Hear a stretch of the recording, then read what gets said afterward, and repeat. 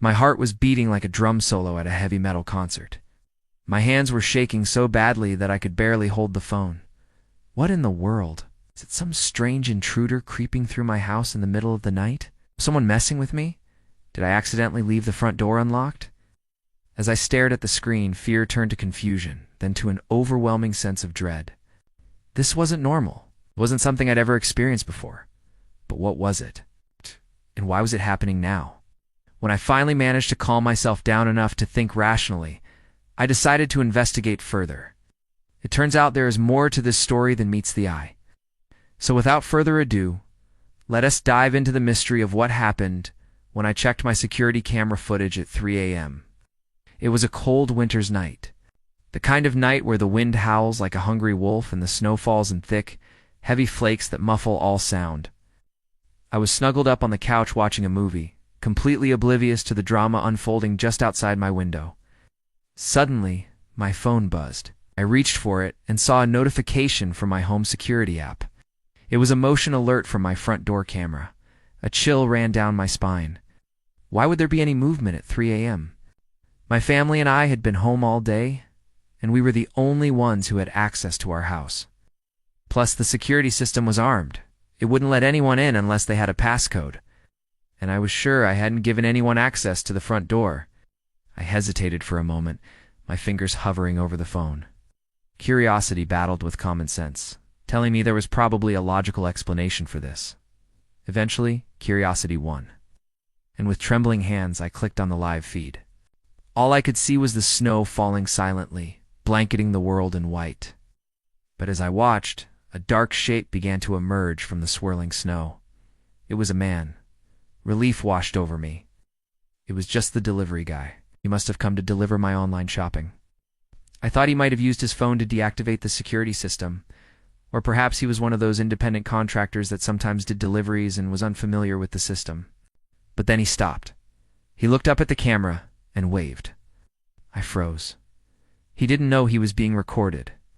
Who orders stuff at midnight, and why would he wave at the camera? Was he expecting to see a response? Had he known I'd be watching, as if reading my mind? The man suddenly lunged forward, his hand shooting out to grab the camera. In a panic, I quickly closed the live feed. Adrenaline surged through my body as I tried to figure out what to do next. Was he still there? Had he deactivated the alarm? Was he inside my house? I needed to check the rest of the footage. But when I went back to the app, I found that the rest of the footage from that night was missing. It was like someone had deliberately erased it. But who would do such a thing, and why? I knew I had to do something, but what? Should I call the police? Would it even make a difference? Or was this some elaborate prank by one of my friends? But who would do that, and why? My mind raced, trying to piece together the puzzle, but it was no use. The more I thought about it, the deeper into the rabbit hole I fell. I was desperate for answers. And that's when I remembered the doorbell camera. It was positioned to capture the entire porch and would have recorded everything the security camera did. It was my last hope. I rushed to the computer to access the doorbell camera footage. As the live feed started, my heart sank. The image on the screen was distorted and unclear. The wind was causing the tree branches to scrape against the glass, creating a terrible noise. I couldn't hear anything else, though. No voices, no footsteps, nothing. Just the wind. I tried to focus on the image, willing it to become clearer, and slowly it did. The wind seemed to die down, and the sound became muffled, as if under a blanket. Then I saw him. The same man from the security camera stood on my porch. He was tall and thin with long, messy hair and a scraggly beard. His eyes were hidden behind a pair of dark sunglasses, adding an air of mystery and intrigue to his appearance. But that's when things took a turn for the worse. He raised his hand, revealing a glint of metal.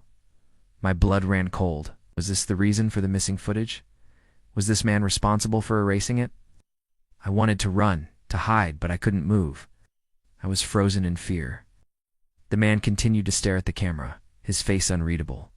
I struggled to breathe as I watched him slowly reach out and press the doorbell. Then he turned away and walked off camera. Before I could process what I was seeing, the live feed cut out. I tried to reconnect, but it was no use. It was like the connection had been severed. I could feel my heart pounding in my chest. This was beyond a prank. This was something sinister, something scary. As the seconds ticked by, my fear turned to anger. Who was this guy, and what did he want? Had he hacked into my security system just to mess with me? I had to know the truth. With a shaky hand, I pulled out my phone and dialed 911. As I waited for the operator to answer, my mind raced. What should I tell them? What would they do? I knew they wouldn't believe me if I told them about the missing footage or the man who had stared directly into my camera. So I decided to play it safe. I told them I had received threatening messages and someone was trying to break into my house. I could hear the sirens in the distance, growing louder with each passing second. I rushed to the front door and peeked through the peephole. I saw 3 police officers standing on my porch. They were tall and broad-shouldered, their faces grim. As they stepped inside, they began asking me questions. Where was the intruder? What had he said? What did he look like? I answered truthfully, hoping they would take me seriously, but I could see the doubt on their faces. They were polite but skeptical. One of the officers checked the security footage while the others searched the house. They found nothing. The officer who had been watching the footage shook his head. It was too blurry to make out any details.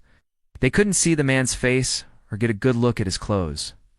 After searching every room and finding nothing, they gave me a warning and left. I stood there for a long time, staring at the front door. The whole experience had been terrifying. I felt violated, as if someone had invaded my privacy and I had no one to blame. The police had dismissed my concerns, and the intruder was still out there. I knew I had to do something, but what? I couldn't rely on the police to catch him, nor could I keep living in fear. I had to take matters into my own hands. I decided to install a new security system, one that would capture clear images and never run out of storage. I wanted to know what was going on, and I wouldn't rest until I got answers. The days that followed were filled with tension. I couldn't shake the feeling that I was being watched. Every time I heard a noise, my heart would race and I would jump at my own shadow. Sleep became a luxury I could no longer afford. Each night, I would lie in bed listening to the wind, waiting for the sound of breaking glass or the click of a door. But nothing happened. The silence was deafening, and it drove me crazy. I felt trapped in my own home, unable to relax or feel safe. Then, just when I was losing all hope, something happened. The doorbell camera captured movement on my porch. I rushed to the computer to check the live feed. The same man was standing on my porch, staring directly at the camera. This time, however, he wasn't alone. Beside him stood a woman with her back to the camera. She was tall and slender with long flowing hair. As I watched, she turned around. Her face was pale and drawn, her eyes hollow and lifeless. I gasped. I knew that face. It was the neighbor. The woman had been missing for weeks. What was she doing here? Why was she with this man? What? And what were they doing at my house? They began to walk towards the door, and I could see their faces clearly. The man was older than I had first thought, his face lined with wrinkles, and his eyes sunken in his skull.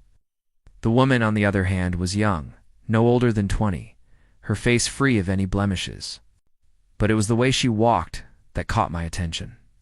Her head was tilted at an unnatural angle, her eyes blank and unseeing.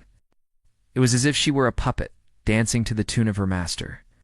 And I knew then that I was dealing with something sinister, something evil. I tried to shut off the camera, to pretend I hadn't seen anything, but it was too late. I had seen enough. I watched in horror as they reached the door and the man knocked. I could hear the sound of the knock through the camera, loud and insistent. It echoed through the house like a death knell. I wanted to scream, to run, to do anything but watch. But I couldn't. I was frozen in fear as the door opened slowly, revealing an empty hallway. The man and the woman exchanged a look, a silent conversation passing between them. Then they stepped inside. And that's when the screen went black. I waited, my heart pounding in my chest, for them to appear, but they didn't. The live feed was dead. Had they lost interest? Were they planning something more sinister? I didn't dare turn off the camera, so I sat there watching the black screen for hours. The sun began to rise, casting a faint glow over the horizon, and still I waited. Then, just as the first rays of sunlight touched my face, the screen flickered back to life. The man and the woman were gone. But what they left behind was even more terrifying. On the floor lay a single playing card, the Joker. I stared at the screen, my mind racing. What did it mean? Was it a threat? A warning? A calling card? I didn't know what to think. I felt a chill run down my spine. I had seen this card before, not in a deck of playing cards, but in my dreams. Every night I had been dreaming of the Joker, of his twisted grin and maniacal laughter. I had tried to ignore it, to brush it off as just a dream, but now I wasn't so sure. With shaking hands, I reached out to pick up the card. As my fingers brushed against it, a jolt of electricity shot through my arm. I recoiled in surprise. What was this card made of? It was cold, almost icy to the touch. And as I looked closer, I saw that it wasn't a picture of the Joker at all. It was a symbol I had seen in my dreams, a symbol that meant only one thing. I knew then that I was in danger, real danger. These people were not here to simply mess with me. They were after something I possessed, something powerful. But what? And why were they willing to go to such lengths to get it? I had to find out. As the sun rose higher in the sky, casting its warm glow over the neighborhood, I began to explore my house. I checked every room, every closet, every drawer, desperate to find whatever it was they were looking for. But I found nothing. I was stumped. What could it be? And where was it? Then I remembered. There was one place I hadn't checked yet, the attic. I climbed the creaky stairs and pushed open the door. The air was thick with dust and the smell of decay. As I moved boxes, I could feel their eyes on me, watching, waiting. But it was worth it. In the end, I found what I was looking for, a small wooden box hidden in the corner. I brought it downstairs and wiped off the dust. The box was old, its surface worn smooth by time. I hesitated for a moment, my fingers hovering over it. Should I open it? What if it was too late? I had no way of knowing what was inside, but I knew I had to find out. I lifted the lid and stared inside, and that's when I saw it. A single playing card, the Joker. But this was no ordinary card. As I reached out to take it, the card began to glow. I jumped back in surprise, but it was too late. The card had already activated, and a portal had opened behind me. I turned slowly and stared in disbelief. The portal was swirling with energy, pulling me towards it. I felt a tug on my arm, a sensation like being pulled by an invisible force. But it wasn't just me. The card was also reacting to my presence. It was moving, shifting, beckoning me closer. I didn't want to go, but I had no choice. It was as if the card had a mind of its own, guiding me towards my destiny. As I stepped through the portal, the world around me dissolved into a blinding white light. I screamed, my voice echoing through the void, but no one could hear me. I was alone, trapped in a never-ending tunnel of light. I had no idea where I was going or what awaited me on the other side.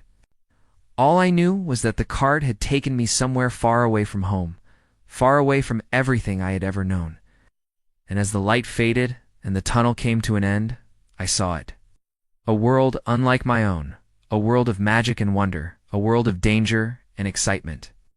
I had entered a realm where anything was possible, a realm where the rules of reality no longer applied. I had entered Wonderland.